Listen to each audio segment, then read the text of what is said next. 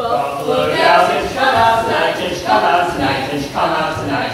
Buffalo gals, can you come out tonight? And dance by the light of the moon. Hot dog, just like an organ. Beautiful. You know, I told Harry, I thought I'd be born to death. You know, if it wasn't me talking, I'd say you were the prettiest girl in town. Why don't you say it? I don't know. Maybe I will. How old are you anyway? 18. 18? Why, it was only just last year you were 17. Too young or too old? Oh, no, just right. Your age fits you perfectly. Yes, sir. You know, you look a lot older with nice clothes on. Nice clothes? All my other dresses were potato sacks then? I mean, with a pretty dress on. You just look older. I mean, younger. I mean. Oops. My train, please. Oh, a pox upon me for a clumsy lout. Your caboose, milady. You may kiss my hand.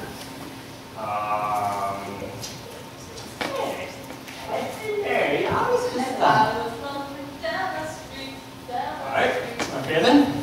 I'll throw a rock at the old Granville home.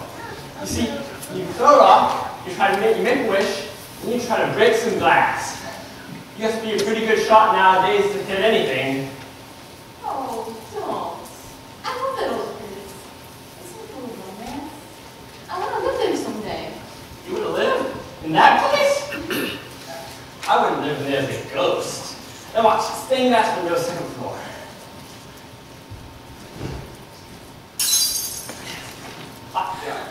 What'd you wish, George?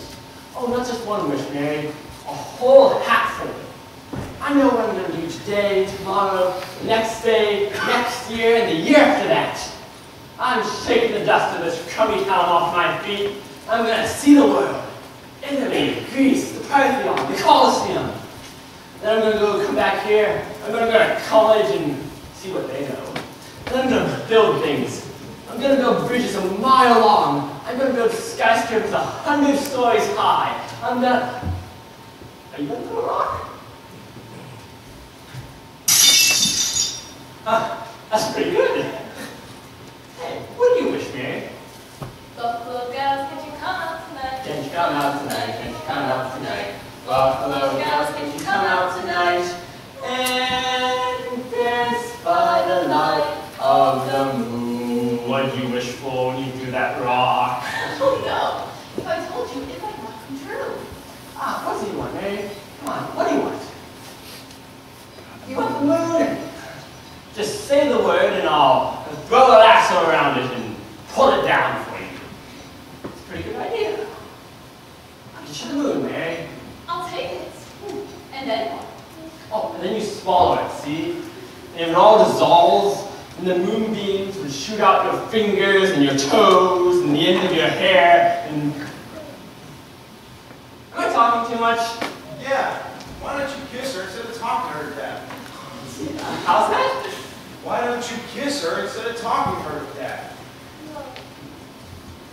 I'm gonna kiss her. Youth is wasting on the wrong people. Hey, get back here, mister. Get back here, and I'll show you some kissing that'll put hair on your head. George, come on home quick. Your father's had a stroke. A stroke? Listen, I'm sorry, Mary. I have to go. Come on, go quick. She's right, George. Come on, hurry. Did you get a doctor? Yes, Campbell's there now.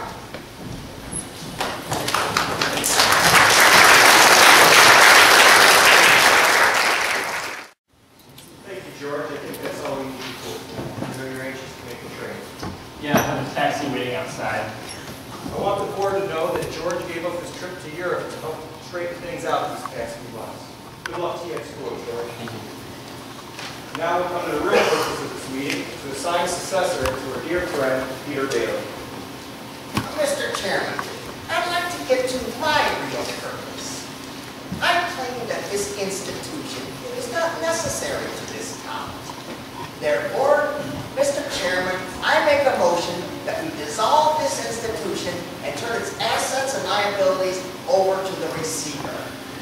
Mr. Chairman, it is much too soon after Peter Bailey's death to discuss the core of the building and loan. Peter Bailey died 3 months ago. I sent him this part of. Very well. In that case, I'll ask the executive officer to withdraw to the side while we discuss the matter. But before you go, I'm sure the whole board wishes to express its deep sorrow for the passing of Peter Bailey. It was his faith and his devotion that were responsible for this institution. I'll go further than that. I'll say to the public that Peter Bailey was the building and loan. Oh, that's fine, Potter. Coming from you, considering that you probably drove into his grave. Peter Bailey was not a businessman. That's what killed him. Oh, I don't mean any disrespect to him. God rest his soul. Peter Bailey was a man of high ideals, so-called. But ideals without common sense can ruin this town. If you shoot pool with some employee here, you can come and borrow money. But what does that get us but a discontented, lazy rabble, rather than a thrifty working class? Now I say... But just a minute, Mr. Potter. Now, hold on a minute. Now, it's true when you say that my father was no businessman. I know that. Why he ever started this cheap penny-ante building and loan, I'll never know. But neither you nor anyone else can say anything against his character. Why, in the 25 years since he and Uncle Billy started this thing, he never once thought of himself. Isn't that right, Uncle Billy? He didn't save enough money to send Harry to school, let alone me. But he did help a few people get out of your slums, Mr. Potter. And what's wrong with that? Doesn't it make them better citizens? Just remember this, Mr. Potter. This lazy rabble you're talking about, they do most of the working, and paying, and living and dying in this community. Well, is it too much to ask that they work and pay and live and die in a decent home? Anyway, my father didn't think so. People were human beings to him. But to you, a warped, frustrated old man, they're cattle. Well, in my book, he died a much richer man than you'll ever be. I'm not talking about your book. I'm talking about the building and loan. I know what you're talking about. You're talking about something that you can't get your fingers on. And it's galling you. That's what you're talking about, I know. I'm sorry. I said too much already. You're the board. You do what you want with this thing. Just remember one more thing, though. This town needs this measly one-horse institution, if only to have some place where people can go without crawling to Potter. Sentimental hogwash. I want my motion.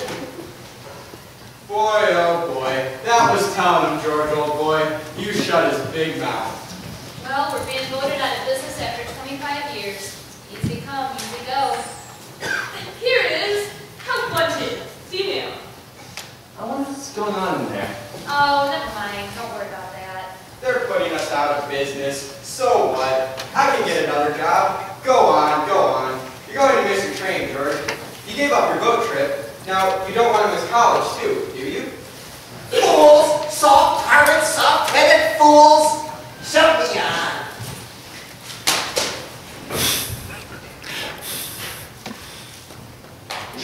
George, they voted Potter down. They want to keep it going. There's just one condition. That's the best part. They've appointed George here as executive secretary to replace his father.